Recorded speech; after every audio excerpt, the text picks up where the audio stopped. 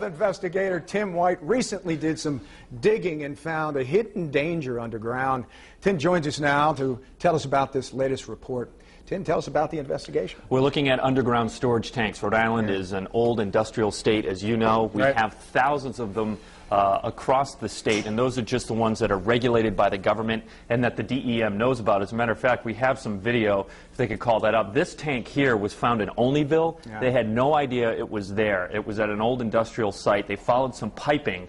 They went digging, and they found that tank, and a lot of these things hold some pretty scary chemicals. Yeah, you know, and a lot of these things, I've done stories similar to these before.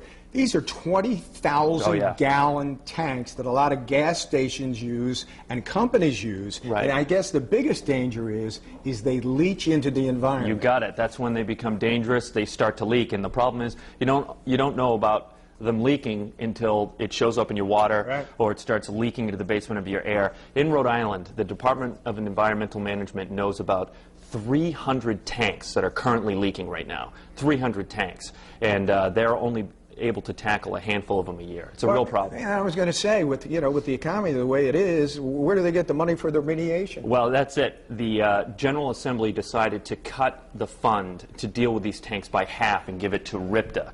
Some stimulus money came in recently, but that's only going to deal with 20 to 25 tanks over the next 12 months. So if you do the math, we've got 300 sites in the state, and the experts, the scientists at the DEM are really concerned that this problem is only going to grow because the UST fund has been cut in half.